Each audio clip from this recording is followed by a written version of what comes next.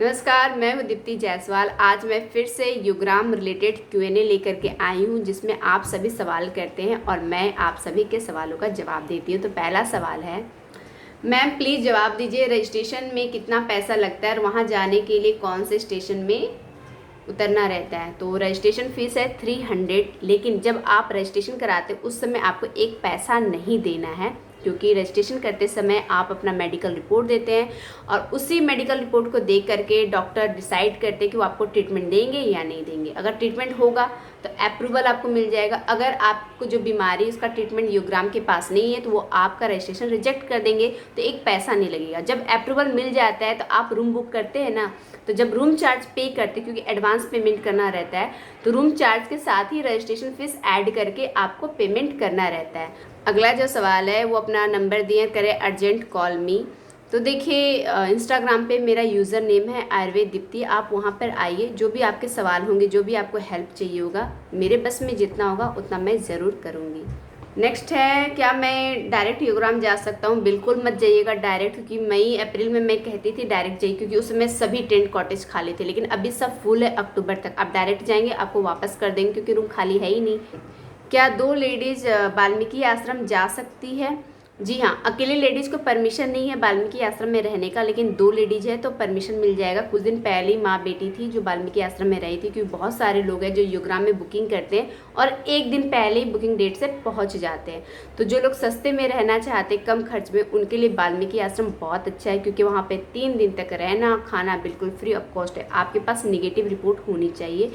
आप वहाँ पे रहिए, योगपीठ के पास ही है वाल्मीकि आश्रम, और योगपीठ से सुबह 9 बजे डायरेक्ट बस जाती है युग्राम के लिए। तो ये भी एक सुविधा है कि आप वाल्मीकि आश्रम में रहेंगे और नेक्स्ट डे सुबह 9 बजे आप योगपीठ से बस पकड़ लीजिए युग्राम के लिए। अगला सवाल है कि मैम मुझे अपना पंचकर्मा कराना है, पर डे रहने का क्या चार्ज है? पर डे रहने का जो चार्ज है, जो मिनिमम चार्ज है, तपस्वी कुटिया, महर्षि कुटिया और टेंट कॉटेज का 4000 पर डे। अकेले जाएंगे तब भी लगेगा, 2 लोग रहेंगे तब भी उतना ही आपको रूम चार्ज पे करना है। पंचकर्मा कराने का जो चार्ज है वो अलग से पे करना रहता है। जो रूम चार्ज है उसमें रहना खाना और नेचुरोपैथी के जितने भी ट्रीटमेंट होते हैं सब कुछ रूम चार्ज में शामिल होते हैं। अगला सवाल है, मैम रिफंड पॉलिसी क्या है? तो जो भी आप बुकिंग करते हैं ना, तो जो बुकिंग का डेट है उसके 15 दिन पहले अगर कैंसिल कराते हैं तो 50% पैसा आपका रिफंड हो जाएगा। अगर बुकिंग जिस डेट की करा है उसके 15 दिन के अंदर कैंसिल कराते तो 1 रुपया नहीं मिलेगा। और अगर आपका कोरोना रिपोर्ट पॉजिटिव आता है तो आपको पूरा पैसा वापस कर दिया जाएगा। अगला सवाल है कि बुकिंग बढ़ाने के लिए क्या करना होगा? 7 डेज़ की इन्होंने बुकिंग की और इनको 15 दिन की बुकिंग करनी है। तो देखिए, अगर आपने 7 डेज़ की बुकिंग कर ली है तो अभी फ़िलहाल आप कुछ कर नहीं सकते। आप युग्राम जाइए, वहाँ पे डॉक्टर से बात कीजिए कि मुझे 15 दिन रहना है, तो बुकिंग डेट बढ़ाना है, तो वो परमिशन देंगे और रूम अवेलेबल होगा तो आपकी जो बुकिंग डेट है वो बढ़ जाएगी।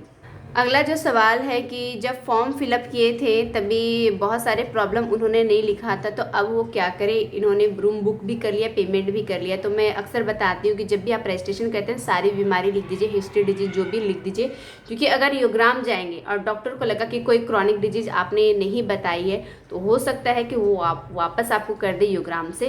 तो आपको अगर ऐसा लग रहा है तो आप मेल कीजिए, जो भी आपको इशू है आप उसमें बताइए कि क्या इस बीमारी का इलाज है, कोई दिक्कत नहीं युग्राम पहुंचने पर, तो वहां से आपको मेल आ जाएगा। अगर प्रॉब्लम रहेगा तो मेल पर ही वो लोग बता देंगे, अगर नहीं रहेगा तो लोग जवाब दे देंगे कि कोई इशू नहीं है। और आप जब युग्राम पहुंच जाते हैं तो डॉक्टर को अपनी सभी बीमारी के बारे में अच्छे से एक्सप्लेन करके बता दीजिए, क्योंकि वहाँ पे किसी एक बीमारी का इलाज नहीं होता। आपके शरीर में जितने भी प्रॉब्लम रहेंगे सबको एक साथ वहाँ पे ट्रीट किया जाता है। कि मैं कल ही युग्राम से वापस आया हूँ, बाबा रामदेव बेवकूफ़ बनाते हैं कि 30% पेशेंट को ही फ़ायदा मिलता है।